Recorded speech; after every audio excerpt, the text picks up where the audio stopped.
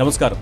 ప్రధాన ప్రతిపక్షంగా ప్రభుత్వంతో పోరాటం ఒకవైపు, పార్టీలో అంతర్గత కలహాలు మరోవైపు.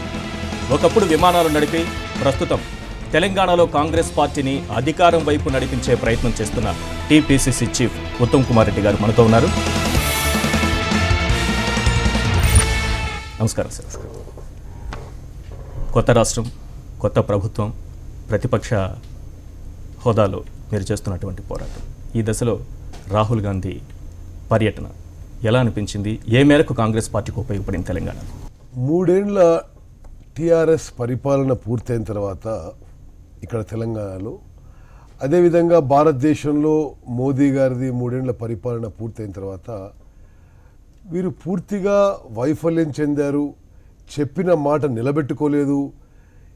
ఏ ఆశలతోనైతే, ఏ కోరికలు రేకెత్తించి, ఏ మాట చెప్పి ఓట్లు వేయించుకున్నారో వాళ్ళు పూర్తిగా నిలబెట్టుకోలేదనే విషయం ప్రజల్లోకి స్పష్టంగా పోవడానికి, ప్రజల్లో ఆ భావన మరి రిఫ్లెక్ట్ కావడానికి తెలంగాణ ప్రజాగర్జనని సంగారెడ్డిలో 2వ తారీఖున ఒక బ్రహ్మాండమైన బహిరంగ సభ నిర్వహించాం. మీరు కూడా ఆశ్చర్యపోతారు. సాధారణంగా రాజకీయ పార్టీలు చేసే విధంగా జన సమీకరణ చేయలేదు. స్వచ్ఛందంగా వచ్చిన జనం. మేము కేవలం ఎజెండా ప్రకటించినాం, ఒక డాష్, ఒక ప్లాట్ఫామ్ క్రియేట్ చేసినాం. మా ప్రియతమ నాయకుడు భావి భారత ప్రధాని రాహుల్ గాంధీ గారిని ఆహ్వానించినాం. ఎంత అద్భుత స్పందన అంటే ఆ మీటింగ్కి జనం రావడం కానీ, ఆ జనంలో ఎంత ఊపొచ్చింది, ఎంత బ్రహ్మాండంగా స్పందించారంటే సరే మాకు కూడా చాలా సంతోషించాం, సంతృప్తితో ఉన్నాం. తప్పనిసరిగా తెలంగాణ రాష్ట్రంలో ఇప్పుడున్న అధికార పార్టీకి ఇక పతనం తప్పదు. కాంగ్రెస్ పార్టీ 2019లో అధికారంలో వస్తుందని చెప్పి పూర్తి విశ్వాసం ఏర్పడదు మాకు. మీరు చాలా ప్రెస్టీజియస్గా తీసుకుని ఈ సభను నిర్వహించారు. నల్గొండ జిల్లాలో పెట్టమని కొంత ఒత్తిడి వచ్చింది, మరో జిల్లాలోనే మరో ఒత్తిడి వచ్చింది. సంగారెడ్డిని ప్రత్యేకంగా ఎంపిక చేసుకోవడానికి ఏమైనా కారణం ఉందా? ముందు అసలు మీటింగ్ పెట్టాలని ఒక డిస్కషన్ చేసినాం ఢిల్లీ స్థాయిలో. సరే మీటింగ్ పెట్టాలని నిర్ణయం తీసుకున్నాం. అయితే అప్పుడు మేము పరిశీలించిన స్థలంలో ఎవరైతే ముందుకొచ్చి అడిగినరో, అంటే మేము పెడతాం, మేము హోస్ట్ చేస్తామన్న దాంట్లో సంగారెడ్డి ఉండే, సూర్యాపేట ఉండే, డోర్నకల్ ఉండే, మరొక చోటు ఉండే. అయితే సంగారెడ్డిని ఎంపిక చేసుకోవడానికి కొన్ని కారణాలు. ఒకటి, ఈ పర్టిక్యులర్ వెన్యూ ఏదైతే మీటింగ్ పెట్టామో, ఇందిరాగాంధీ గారు 1979లో 79లో ఇదే మీటింగ్ స్థలం నుంచి రాష్ట్రాన్ని ఉద్దేశించి ప్రసంగించిండ్రు. ఆ తర్వాత 80లో భారతదేశం మొత్తం కాంగ్రెస్ పార్టీ వచ్చేసింది. ఒక సెంటిమెంటల్, ఒక హిస్టారికల్ అటాచ్మెంట్. రెండోది, ముఖ్యమంత్రి గారి పనితీరు బాగాలేదని చెప్పడానికి ఉమ్మడి మెదక్ జిల్లా హెడ్ క్వార్టర్స్ కంటే ఇంకా బెటర్ స్థలం ఉంటుంది. మూడోది, హైదరాబాద్ ఆనుకొని ఉంది. రాహుల్ గాంధీ గారు హైదరాబాద్ నుంచి వస్తున్నారు కాబట్టి అది లాజిస్టిక్గా కూడా, ప్లస్ హైదరాబాద్, రంగారెడ్డి జిల్లా మా కార్యకర్తలు రావడానికి ఈజీ అవుతుంది అనుకుని, ఇట్లా రకరకాల కారణాల వల్ల, అదేవిధంగా జగ్గారెడ్డి ఒక మంచి ఆర్గనైజర్ అని నాకు విశ్వాసం, నమ్మకం ఉండే. ఈ అన్ని కారణాలు క్రోడీకరించుకొని మేము సంగారెడ్డిని డిసైడ్ చేసాం. ఖమ్మం జిల్లాలో మనం మిర్చి రైతుల ఆగ్రహాన్ని చూసాము, అరెస్టులు చూసాము. వరంగల్ జిల్లాలో మిర్చి రైతుల ఆత్మహత్యలు చూసాము. మహబూబ్ నగర్ జిల్లాలో కరువు ఉంది, వలసలు ఉంది, ఇన్ని కష్టాలు ఉన్నాయి. ఇటువంటి జిల్లాల్లో పెడితే కొంతవరకు ఆత్మస్థైర్యం వాళ్ళలో నింపే ప్రయత్నం ఒకటి ఉంటుంది. సెంటిమెంట్కే ఎక్కువ ప్రాధాన్యత ఇచ్చినట్టున్నారు. సెంటిమెంటే గెలిపిస్తుందని అనుకుంటున్నారా మీరు? ఈశ్వర్, ఎందుకంటే వాస్తవంగా ఖమ్మంలో కూడా పెడదాం అనుకున్నాం. వరంగల్లోనేమో ఇప్పుడే టీఆర్ఎస్ పార్టీ పెట్టింది, అదే పోటాపోటీగా వాళ్ళు పెట్టిన మేము పెట్టిన, అట్లా మేము చేయదలుచుకోకుండా. మీకు ఎట్లా పూర్తి సహకారం లభించింది ఈ సభ సక్సెస్ అవ్వడంలో? చాలా రాష్ట్ర వ్యాప్తంగా ప్రతి సామాన్య కాంగ్రెస్ కార్యకర్త అసలు బ్రహ్మాండంగా స్పందించిండు. చాలా మంది సామాన్య కార్యకర్తలు 300 కిలోమీటర్ల దూరం నుంచి వాళ్ళే బండ్లు పెట్టుకొని మీటింగ్ వచ్చింది. అండ్ మీటింగ్లో కూడా మీరు చూడాల్సిందే, రాహుల్ గాంధీ గారు సంగారెడ్డి పట్టణం ఎంటర్ అయినప్పటి సంధి వెళ్ళిపోయే వరకు అసలు ప్రతి కార్యకర్త చాలా ఉత్సాహంగా పాల్గొన్నాడు. టీఆర్ఎస్ అంటే ప్రభుత్వం చేసుకున్నటువంటి సర్వేలో 111 స్థానాలు ఖాయమని చెప్తోంది. ఏంటి మీరేమంటారు? ఇది కేవలం కాంగ్రెస్ పార్టీకి 2 స్థానాలు మాత్రమే దక్కే అవకాశం ఉందని ఆ సర్వే ద్వారా తేలిన విషయం. ఏం చెప్తారు సర్వే పైన? సరే, ఇప్పుడు ఒకటి, ఉత్తరప్రదేశ్లో చూసినాం సర్వే ఏమైందో, రిజల్ట్ ఏమైందో. పంజాబ్లో చూసినాం, ఢిల్లీలో కేజ్రీవాల్ చేసినప్పుడు చూసినాం, బీహార్లో చూసినాం. మరి సర్వేసు సరే కొంత ఇండికేషన్ ఉండొచ్చు, కానీ ఈ మధ్య ఏమైపోయిందంటే సర్వే పేరిట కొంత బోగస్ ప్రొపగండా, కొంత గోబల్స్ ప్రచారం జరిపించుకునే ఒక క్రమం చూస్తున్నాం మనం. ప్రత్యేకంగా కేసీఆర్ గారు ఎందుకోమా అని చాలా అభద్రతా భావంతో ఉన్నాడు. ఒక ఆయన సిట్టింగ్ చీఫ్ మినిస్టరు, ఆయన ఎలక్షన్స్ 2 ఏళ్ళు ఉన్నాయంటున్నాడు. ఆయన ఎందుకు నెల నెల సర్వే చేసుకొని ప్రసంగిస్తున్నాడు?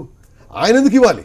ఎమ్మెల్యేలు మంత్రుల పనితీరు ఎలా ఉంది, ప్రజలు ఏమనుకుంటారు అనేది కూడా సర్వే ప్రతిబింబిస్తుంది కదా. 111 సీట్లు అనేది బోగస్ ప్రచారం, ఒక టోటలీ గోబల్స్ ప్రొపగండా.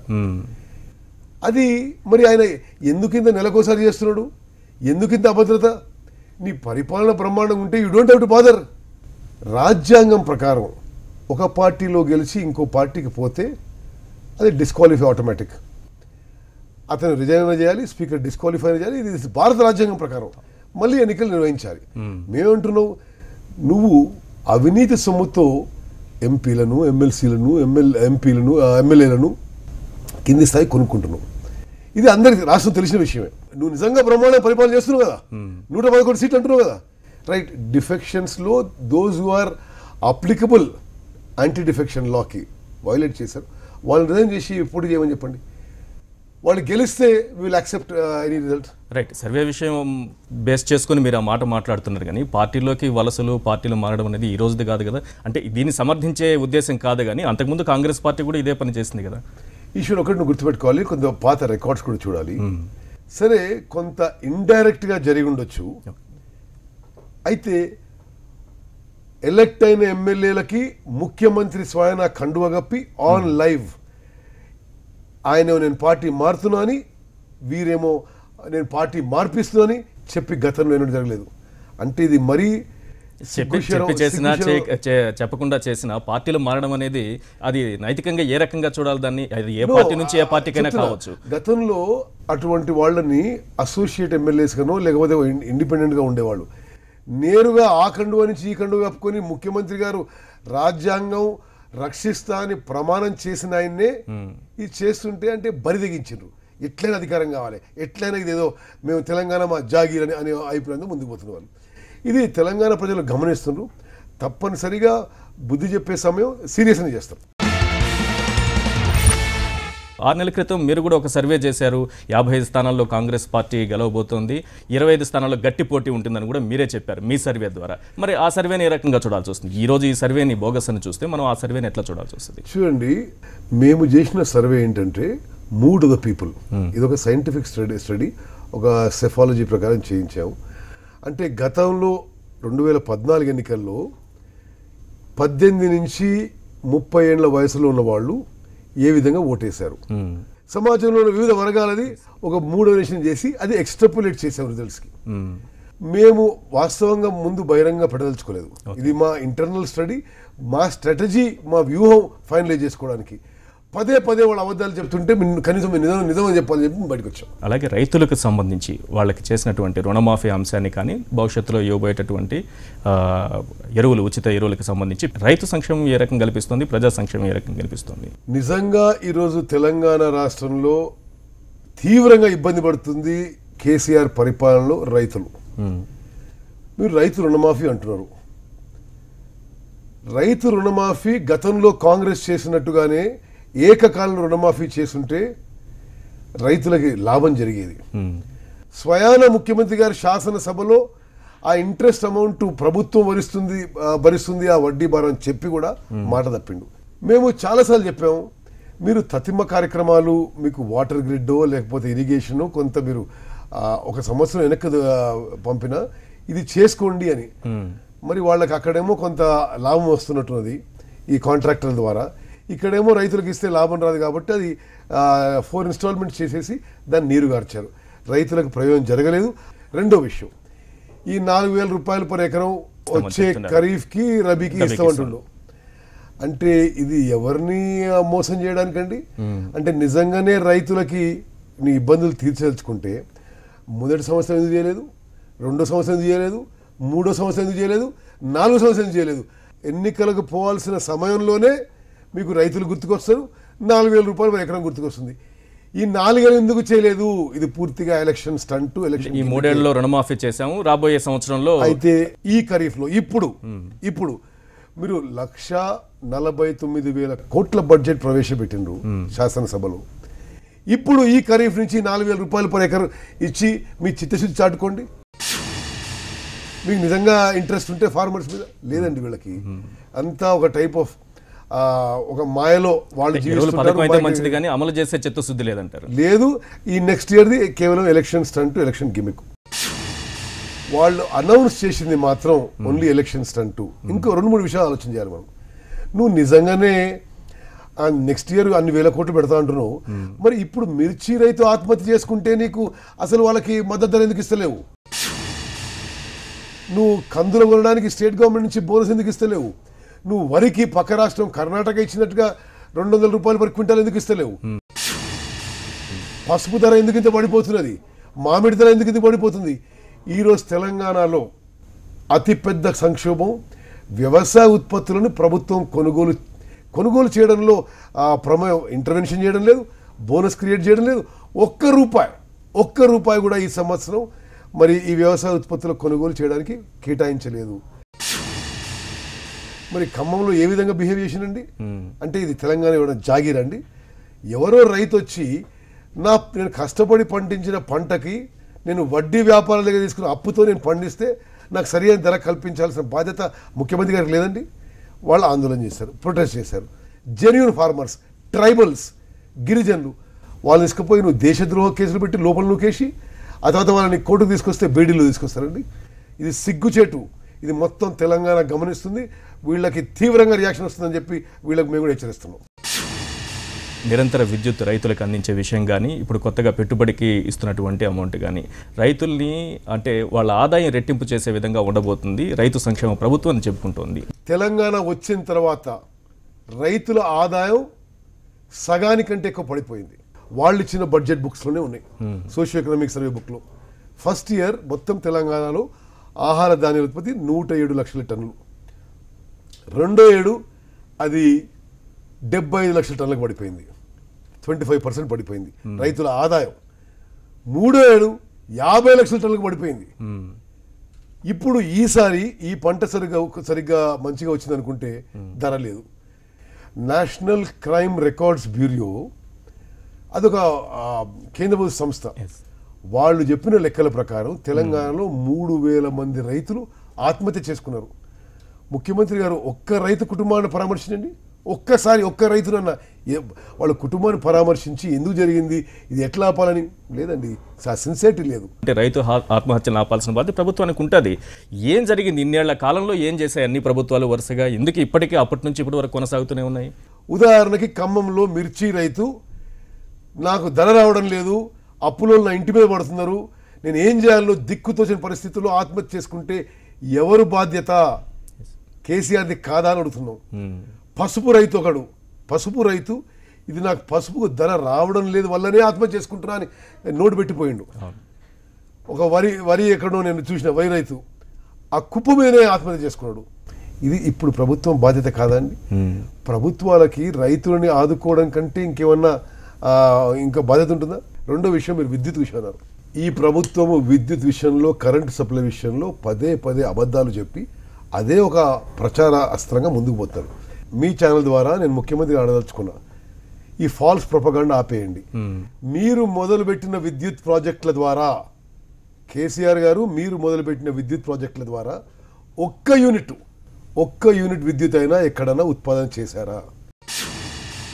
అది వాస్తవం కాదు.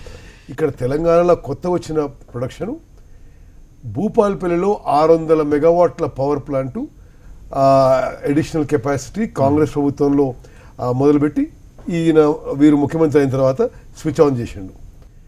అదేవిధంగా జైపూర్ అని ఆదిలాబాద్ జిల్లాలో సింగరేణి కాలనీస్ ద్వారా 1200 మెగావాట్లు వాళ్ళు అప్పుడు మొదలుపెట్టింది, ఇప్పుడు పూర్తయి వాళ్ళు కూడా ప్రొడక్షన్లోకి వచ్చారు. ఈ 1800 మెగావాట్ తప్పితే మీరు ఎక్కడన్నా ఒక్క యూనిట్ కూడా మీరు మొదలుపెట్టి ప్రొడక్షన్ వచ్చారా అంటే మీరు చేసింది ఏమి లేదు. దేశంలోనే నెంబర్ 1 తెలంగాణ రాష్ట్రం సంక్షేమ కార్యక్రమ అమలు చేయడంలో చెబుతోంది ప్రభుత్వం. మీరేం చెప్తారు? మీరు ఎప్పుడన్నా ఫీల్డ్లోకి పోండి, ఏ సంక్షేమం తెలంగాణ ప్రజలకు ఎక్కువ జరిగింది? బడ్జెట్కి అనుగుణంగా ఏ విధంగా తెలంగాణ రాష్ట్రంలో బడ్జెట్ పెరిగిందో దానికి అనుగుణంగా పెన్షన్ పెంచారు. ఆయన పెన్షన్కి ఆంక్షలు పెట్టారు. ఎట్లంటే ఒక కుటుంబంలో 2 వృద్ధులు ఉంటే ఒకరికే పెన్షన్ ఇస్తున్నారు. గతంలో కాంగ్రెస్ ప్రభుత్వం ఇద్దరికి ఇచ్చేవాళ్ళు. 2019 ఎన్నికలకు ప్రధాన అస్త్రంగా కాంగ్రెస్ పార్టీ ఏ అస్త్రాలను తీసుకొని ముందుకెళ్ళబోతోంది? మేము ప్రజలకు అప్పీల్ చేయబోయేది, మీరు నమ్మి ఓట్లేసిన కేసీఆర్ మిమ్మల్ని నట్టేట్ల ముంచేసిండు. మీరు ఏ విషయంలో తీసుకోండి, ఏది కూడా అమలు కాలేదు. కాంగ్రెస్ పార్టీ వస్తే మేము చెప్పగలిగిందే చేస్తాం, చేసిందే చెప్తాం అని ప్రజలకు కూడా తెలుసు. గతంలో రుణమాఫీ అంటే ఏకకాలంలో రుణమాఫీ, 2 లక్షల రూపాయలు రైతులకి రుణమాఫీ ఏకకాలంలో. అదేవిధంగా వ్యవసాయ ఉత్పత్తులు కొనుగోలు చేసే యంత్రాంగాన్ని స్ట్రెంథన్ చేసి అన్ని పంటలకి మంచి గిట్టుబాటు ధరపై ఒక్క గింజ కూడా మార్కెట్లో వదలకుండా వచ్చే కాంగ్రెస్ ప్రభుత్వం కొనుగోలు చేయబోతుంది. మేము వరికి 2,000 రూపాయలు ఇస్తాం, మిర్చికి 12,000 ఇస్తాం, పసుపుకి 10,000 ఇస్తాం, కందులకి 10,000 ఇస్తాం అని ఒక ప్రణాళికతో మేము ముందుకు పోబోతున్నాం. ఇది రైతుల విషయం. యువత విషయంలో కేసీఆర్ గారు సీటు మీద కూర్చున్న తర్వాత వాళ్ళ గురించి మర్చిపోయిండు, వాళ్ళతో మాట్లాడడానికి కూడా ఇష్టపడడం లేదు. ఉస్మానియా యూనివర్సిటీలో పోతే విద్యార్థులు, నిరుద్యోగ యువత ఏం చేస్తారు అని చెప్పి మాట్లాడకుండా పారిపోయింది.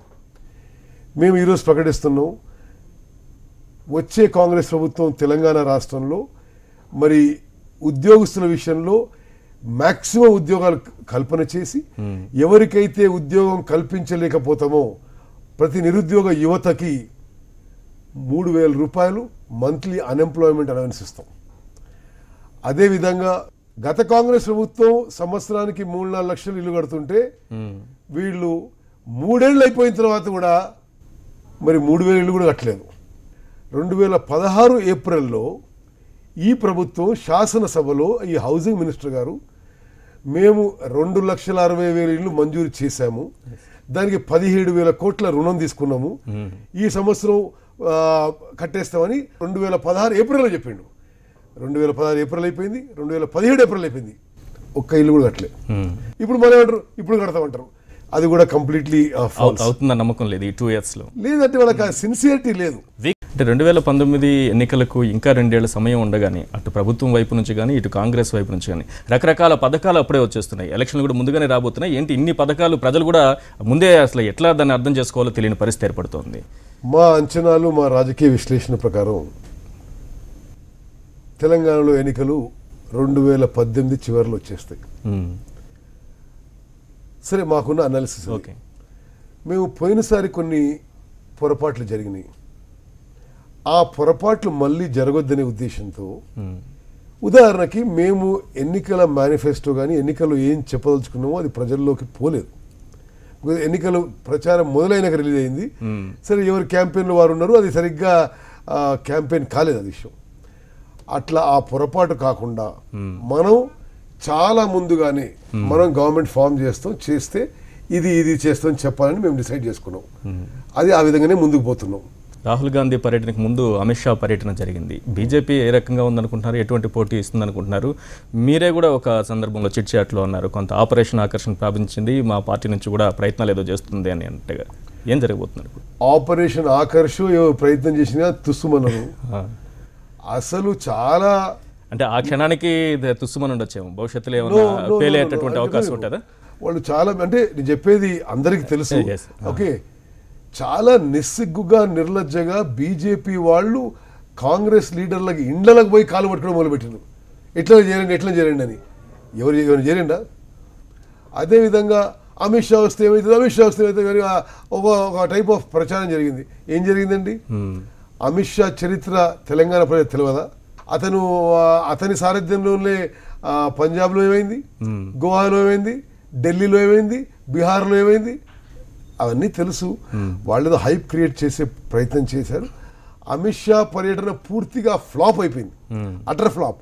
వీరు రియాక్ట్ కాకుంటే అసలు అమిత్ షా అసలు పూర్తిగా జనం మర్చిపోయారు కూడా. మీ పార్టీ నుంచి ఏమైనా ఇతర పార్టీలకి వలసలు అంటే బీజేపీని పక్కన పెట్టి మిగతా అధికారంలో ఉన్నటువంటి టీఆర్ఎస్లో కానీ వెళ్ళే అవకాశం ఉంటుందా, లేకపోతే ఇతర పార్టీల నుంచి మీ పార్టీలోకి వచ్చేటటువంటి అవకాశాలు ఏమన్నా ఉన్నాయా? ఎందుకంటే వలసల మీద ప్రధానంగా బేస్ అయ్యి నడుస్తున్నటువంటి రాజకీయాలను మనం ప్రస్తుతం చూస్తున్నాం. వ్యక్తిగతంగా నేను ఇటువంటి రాజకీయాలని ప్రోత్సహించే వాడిని కాదు. నేను కొంత విలువలకి, సిద్ధాంతాలకు కట్టుబడి ఉండాలి, ఐడియాలజీ కట్టుబడి ఉండాలి అనుకునే మనిషిని పర్సనలీ. అయితే ఈరోజు తెలంగాణలో నిజంగా కేసీఆర్ గారు చేసిన గొప్ప పని ఏంటంటే రాజకీయాలు చాలా వికారం చేసేసిండు, చాలా గలీజ్ చేసిండు, చాలా చిల్లర రాజకీయాలు చేసేసిండు. కానీ ఇప్పుడు మెల్లమెల్లగా ప్రజల్లో అందరిలో గుర్తింపు కూడా వస్తుంది, అందరూ ఇతను ఒక వికృతమైన చేష్టలు చేస్తున్నారని. ఇప్పుడు కాంగ్రెస్ పార్టీ నుంచి ఇంకా పోయేవాళ్ళు ఎవరు ఉండరు, ఎందుకంటే పూర్తి విశ్వాసం ఏర్పడదు, మనమే గెలుస్తాం, గవర్నమెంట్ ఫామ్ చేస్తామని. రెండోది, టీఆర్ఎస్ పార్టీలో వీళ్ళు ఒక కుటుంబ పాలన, వీళ్ళేదో రాజరికంలో ఉన్నారు, ఒక కుటుంబంలో 2, 3, 4 మేమే అంతా మేమే అని నడిపిస్తున్న విషయం టీఆర్ఎస్లో అంతర్గతంగా రగిలిపోతున్నారు. అది ఏ విధంగా ఆ ఎక్స్ప్లోజన్ జరుగుతుంది, ఏం జరగబోతుంది అనేది మీరే ముందు చూస్తారు. 2019 ఎన్నికల వరకు టీపీసీసీ చీఫ్గా ఉత్తమ్ కుమార్ రెడ్డి గారిని చూడబోతున్నామా? అవకాశం అదే ఉంటుందా? ఎలాంటి పరిస్థితులు ఉంటాయి? చూడండి ఈశ్వర్, నేను ఒక కాంగ్రెస్ సైనికుడిని. నాకు ఏ బాధ్యతలు అప్పచెప్పినా అది సిన్సియర్గా చేయడానికి ప్రయత్నం చేస్తాను. నేను పర్సనల్గా గాంధీ ఫ్యామిలీ లాయలిస్ట్ని, కాంగ్రెస్ పార్టీ లాయలిస్ట్ని. నాకు ఈ బాధ్యతలు అప్పచెప్పారు, నేను అది శక్తి వంచన లేకుండా కృషి చేస్తున్నాను. 2019 ఏం జరుగుతుంది, వాళ్ళు ఏ నిర్ణయం తీసుకుంటే ఆ నిర్ణయం ఎక్కువగా ఉంది. చాలా మంది బహిరంగంగా మేము కూడా రేసులో ఉన్నామని కూడా చెప్తున్నారు. సరే, కాంగ్రెస్ పార్టీలో అంటే రాజకీయంలో ఉన్న వాళ్ళందరికీ కూడా అంబిషన్ ఉన్న తప్పేం లేదు కదా, అందులో ఏం పొరపాటు లేదు. తప్పనిసరిగా కోరిక ఉండడం కూడా తప్పులేదు. ఈ డెసిషన్ పూర్తిగా ఏఐసిసి తీసుకుంటుంది. వాళ్ళు ఏ డెసిషన్ కూడా నేను కట్టుబడున్నాను. సీఎం రేస్లో మేమున్నాము సీఎం అభ్యర్థి రేసులో అనేటటువంటి వ్యాఖ్యలు కూడా ఎక్కువగా అనిపిస్తున్నాయి. మొన్న సీఎం కేసీఆర్ అన్నారు, ఆ పార్టీలో ఆ పదవుల కోసమే పోట్లాడుతుంది కానీ మాతో ఏం పోట్లాడతారు వాళ్ళు అని. అవును, వాస్తవంగా ఆ విధంగా మాట్లాడడం సరైనది కాదు. ఎవరైనా కాంగ్రెస్ పార్టీ ఏ బాధ్యత ఇస్తే అది చేపట్టాలి. ఈ విషయం ఏఐసిసి దృష్టిలో ఉంది, వాళ్ళు సరైన నిర్ణయం సరైన సమయంలో తీసుకుంటారని భావిస్తాను. ఒకవేళ కాంగ్రెస్ పార్టీ అధికారంలోకి వస్తే పీసీసీ చీఫ్గా ఉన్న వాళ్ళే ముఖ్యమంత్రి అవుతారా? ఇతరులు ఎవరైనా అయ్యేటటువంటి అవకాశం ఉంటుందా? మొన్న మల్లురావు గారి వ్యాఖ్యలను బట్టి నేను అంటున్నా అవుతారు. అది దాని విషయంలో నేను చాలా స్పష్టంగా ఉన్నాను. తెలంగాణలో కాంగ్రెస్ పార్టీ అధికారంలోకి వస్తున్న మాట నేను 100% నమ్ముతున్నా. ఆ విధమైన గ్రౌండ్ ఫీల్ నాకు ఉంది, ఆ విధమైన స్టడీస్ కూడా నిరూపిస్తున్నాయి. ఎవరు ముఖ్యమంత్రి అవుతారనే విషయం ఎన్నికల తర్వాత మరి అఖిల భారత స్థాయిలో మా జాతీయ అధ్యక్షులు, అప్పుడు ఎన్నికైన ఎమ్మెల్యే డిసైడ్ చేస్తారు. దాని విషయంలో ఎవరు ముందుగా మాట్లాడడం అది అసందర్భం అని చెప్పి నేను భావిస్తున్నాను. రైట్. 2019కైనా మీ గడ్డం తీసేసేటటువంటి అవకాశం ఉంటుందా? చివరిగా నేనేమంటున్నా, టీఆర్ఎస్ పార్టీని ఓడించి కాంగ్రెస్ పార్టీ గెలిపించే వరకు నేను గడ్డం మెయింటైన్ చేస్తాను. అవును, మేము ఎప్పుడు చూడాలి అంటున్నా. 2019లో మేము గెలుస్తాం, అప్పుడు చేస్తానేమో. నిజానికైతే నేను అంటే పర్సనల్గా చెప్తున్నా, గడ్డం అయితే మీకు చాలా బాగుంది. కానీ ప్రజల తరపున మీరు పోరాటం చేసి ప్రజల పక్షాన్ని నిలబడితే ప్రజలు మీకు ఓట్లేసి డెఫినెట్గా అధికారాన్ని ఇస్తారు. నేను మేజర్ పోర్షన్ నా జీవితంలో ఎక్కువ భాగం సైన్యంలో ఉన్నాను. ఇప్పుడు కాంగ్రెస్ సైనికునిగా పనిచేస్తున్నాను. కాంగ్రెస్ పార్టీ ఒక కలెక్టివ్ లీడర్షిప్లో ముందుకు పోయి 2019 ఎలక్షన్స్లో మీకు గెలుస్తాం. ఇది టీపీసీసీ చీఫ్ ఉత్తమ్ కుమార్ రెడ్డి గారితో వీకెండ్ స్పెషల్ ఇంటర్వ్యూ. చూస్తూనే ఉండండి HM TV.